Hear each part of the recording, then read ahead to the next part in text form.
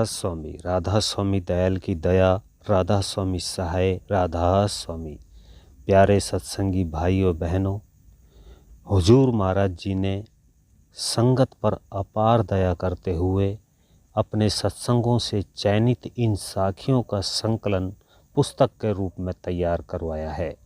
आशा है कि आध्यात्म प्रेमी इसे पढ़कर सुनकर लाभान्वित होंगे। सो किस तरह फरमाते हैं महाराज जी, सुनिए। उसे वे अपने साधक को मुफ्त में बांटते हैं। फिर सत्संग के द्वारा ज्ञान की ऐसी बातें मिलती है जो बरसों साधन करने से भी नहीं मिलती।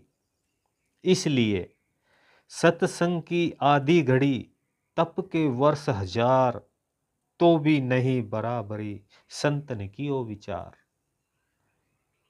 सत्संग एक तरह की पाठशाला है जहां संत सतगुरु यथार्थ ज्ञान की केवल मौखिक शिक्षा ही नहीं देते, अपितु अपने रोम रोम से निकलती अत्यंत शक्तिशाली दिव्य तरंगों के माध्यम से जीव का कायाकल्प भी करते हैं। संतों के दर्शन मात्र से ही, बिना कुछ कहे सुने, बिना कुछ पूछे ही जीव का अंतकरण शुद्ध होने लगता है और भक्ति भाव के विचार को दृढ़ता प्राप्त होती है। उनमें से निकलने वाली दिव्य तरंगे या धाराएं हमारे मन में छिपे कुरूभावों, पापों या दोषों को जला करके नष्ट करती है, जिससे हमारा हृदय पाक साफ तथा विशाल होता जाता है। इस प्रकार बिना किसी परिश्रम के मुफ्त में ही हमें उनकी पवित्रता के अधिकारी बन जाते हैं, क्योंकि संत मन के ऊंचे घाट पर बैठकर वचन फरमाते हैं। इसलिए उनके उच्च वचनों के प्रभाव से हमारी दृष्टि ऊंची बन जाती है। और अगर इस प्रकार कुछ समय तक उनका निरंतर सत्संग किया जाता है तो सूरत आध्यात्मिक मंडलों की चढ़ाई बड़ी सुगमता से तय कर लेती है। सत्संग से हमारे ज्ञान में वृद्धि का, विचारों में सकारात्मकता आती है और संशय तथा भ्रमों का निवारण होने से हमारे मन को शांति मिलती है। सत्संग वह साधन है जिसके जरिए सतगुरु के जीवन का प्रभाव हमारे मन पर पड़ता है और हमारे मन की गढ़त होती जाती है।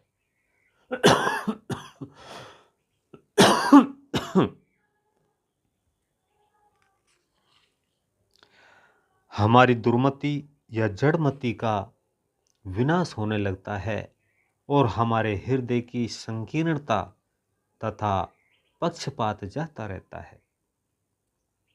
हमारी दृष्टि ऊंची होती जाती है और हमें दोष दृष्टि से छुटकारा मिल जाता है।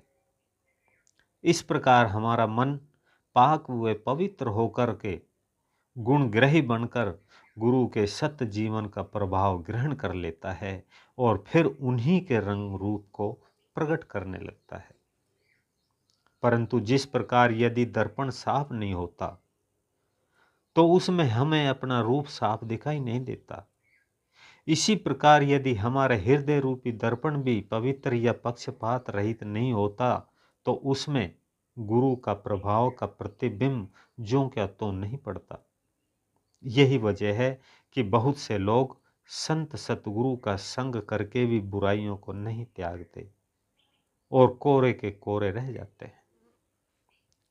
ऐसे लोगों का अंतकरण बहुत मैला होता है।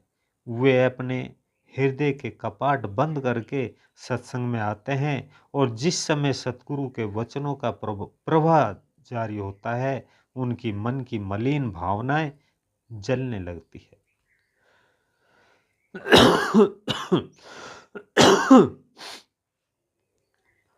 और उनमें बेचैनी बढ़ जाती है। इस बेचैनी की वजह से या तो वे गुरु, सत्संग या सत्संगियों के बारे में अनाप शनाप बातें बनाने लगते हैं या सत्संग छोड़कर भाग जाते हैं। तमोगुणी वृत्ति के लोगों का तमोगुणी अंग पूर्ण संत सतगुरु के सत्संग में भी जाग उठता है और वे खर्राटे भरने लगते हैं। जिन लोगों को सत्संग रुचिकर नहीं लगता, ऐसे अनधिकारी जीव भी यदि सत्संग में आना नहीं छोड़ते, चाहे बिना रुचि के ही आते रहे, तो जो उनके पाप कर्म या बुरी भावनाएं दग्ध होती जाएगी। इन्हें भी सत्संग में उसी तरह मिठास आने लगेगी जिस प्रकार पित्त का बुखार होने पर रोगी को मिश्री भी कड़वी लगती है। लेकिन कड़वी लगने पर भी यदि वह मिश्री को खाता है तो मिश्री में ये गुण है कि वह पित्त को शांत कर देती है, और पित्त के शांत होने के बाद उसे मिश्री मीठी लगने लगती है। निकृष्ट से निकृष्ट व्यक्ति भी यदि सत्संग में पड़ा रहता है तो संसार के दुखों की अग्नि से उसी प्रकार बचा रहता है। अभी आप सुन रहे थे हजूर महाराज जी का फरमाया हुआ ये सत्संग। ऐसे ही और सत्संग सुनने के लिए वीडियो को लाइक करें, चैनल को सब्सक्राइब करें, ज़्यादा से ज़्यादा शेयर करें। सभी सत्संगी भाई और बहनों को राधा स्वामी।